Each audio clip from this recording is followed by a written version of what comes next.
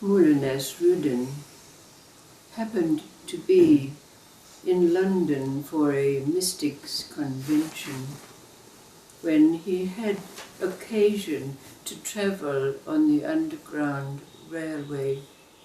But when he got down to the station, he found that there were a lot of people milling around there because there was a man standing on the railway line.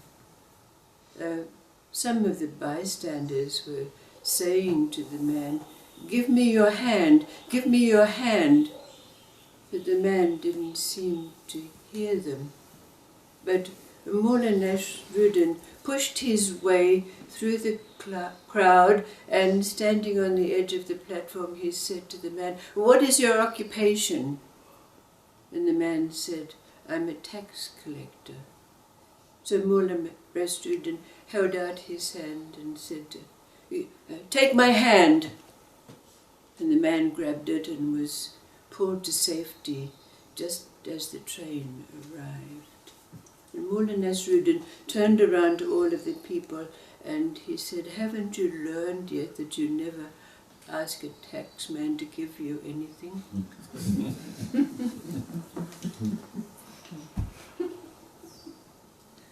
There are several simple stories. The first is about that king who had a very prosperous kingdom. His coffers were full, his people were happy, there was peace in his land. But he was not a happy man. There was discontent in his heart, and he could often be found sitting in his chamber by the window, looking out at life, but sighing deeply. And one day, the celestial beings looked down and saw the king, and they all looked at one another and nodded and agreed it was time. So one of their number separated themselves and, as we might term it, shape-shifted to become two, a dove and an eagle. And the dove started to fly down to the earthly realms, with the eagle following in hot pursuit. The dove flew in the window just as the king was giving court, and landed on his sleeve, looking up at the king beseechingly. "Save me, protect me, care for me." But just then the eagle also came in the window and landed on the other sleeve. And the eagle demanded, "This is my food, this is my prey, give him to me." And the king said, "I have given my pledge that I will protect and care for him." But the eagle argued, "This is my food. I am due, like all of life, to be fed." And the king thought for a moment, and then he looked up at his courtiers, and then down at the eagle, and he said to the eagle, "Would you be satisfied with a piece of flesh that weighed as much as this dove?" The eagle looked at the king and said, "Yes." So the king gave an order to his courtiers, "Bring the royal scales and the ivory-handled knife from my treasury." And when they were brought, the king had all the women of the court sent away, and putting the dove on one side of the scales, he lifted up his robe and sliced a piece of flesh from his thigh. When the flesh was placed on the scales, there was no movement. So the king took another piece of flesh, and another, and another, but none of the flesh was able to move and balance the scales with the weight of the dove. This went on until the king's thighs were a bloody mess. But then at that moment a great bolt of lightning arrived, and suddenly the celestial being, no longer in two forms, appeared before the king and said, "It is done." And in that moment the king was restored to his full fleshed body. But from that moment on, never again did the king have occasion to sit and sigh. The second story is also about a king in the same situation. His coffers were full, his harem filled with women to satisfy his needs, his granaries overflowing. But he was often in a fit of melancholy, times of depression, malaise, loneliness, emptiness. His courtiers and his advisers tried every kind of diversion for him.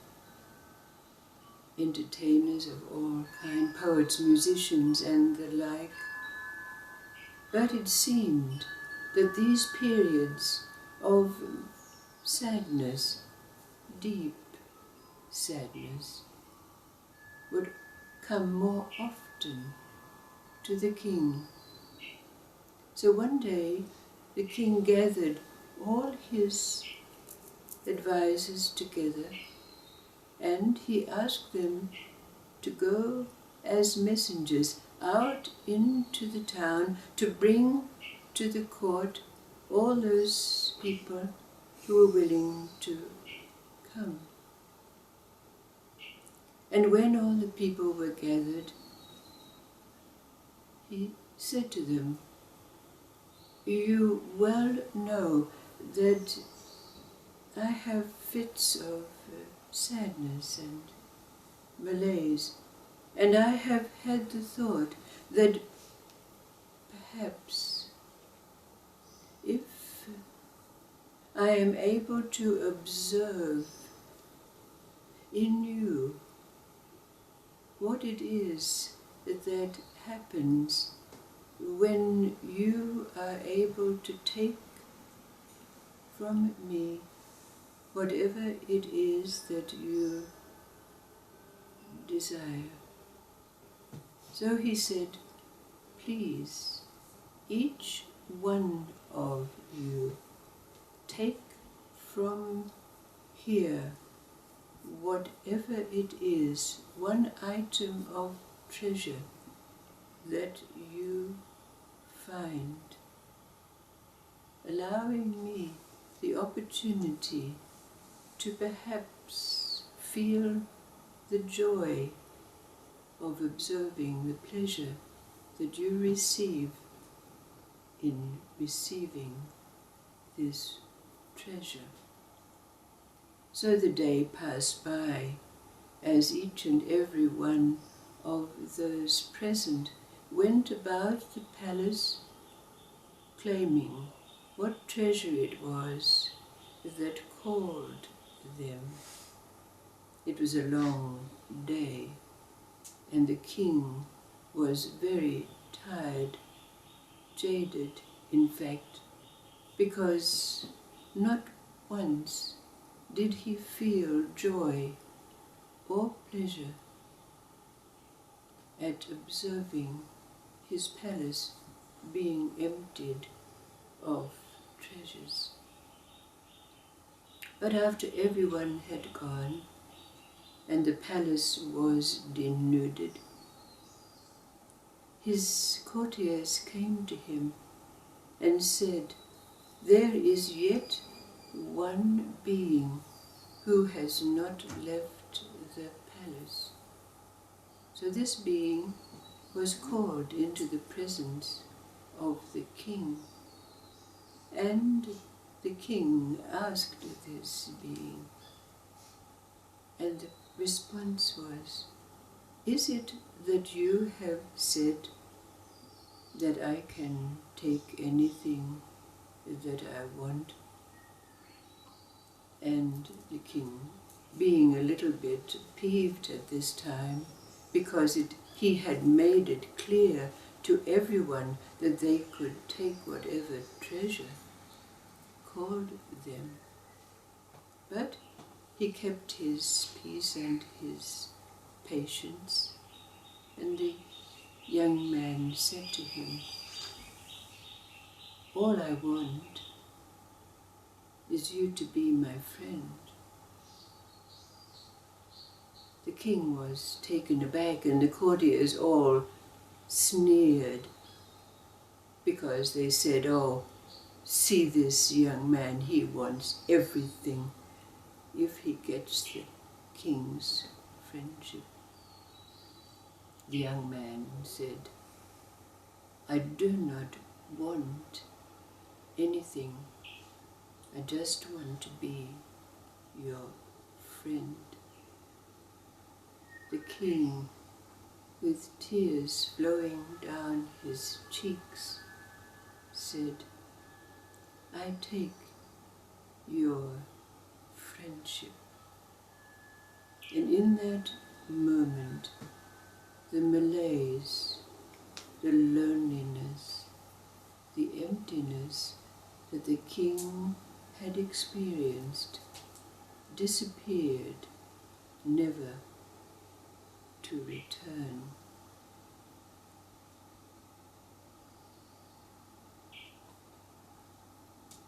There are many inquiries into the nature of giving and taking in relationship to the human psyche.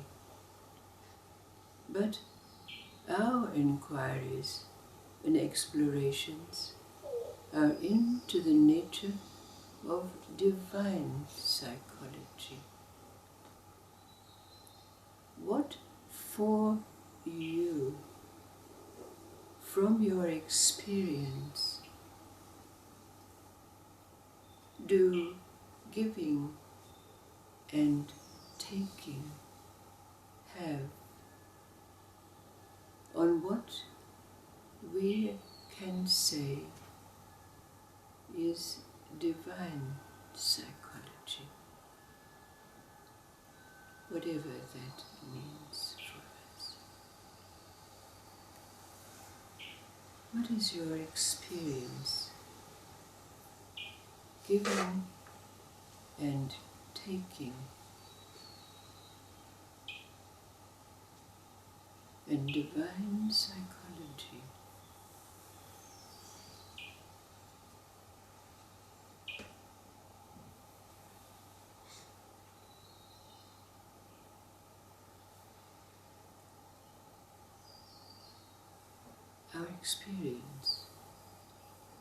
Our experience alone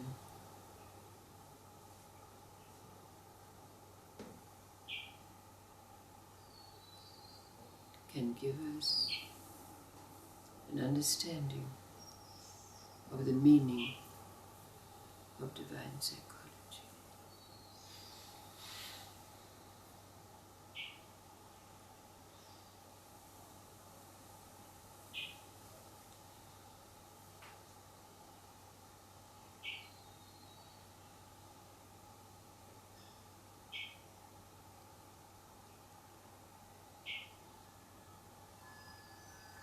Giving and taking.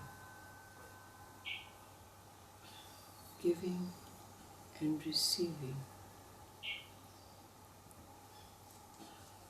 When I first started the taxman, it symbolizes the person who is still in his ego, and all he knows is how to take things. So when they ask him to take their hand, he wouldn't do it, because all he does is take himself. Mm.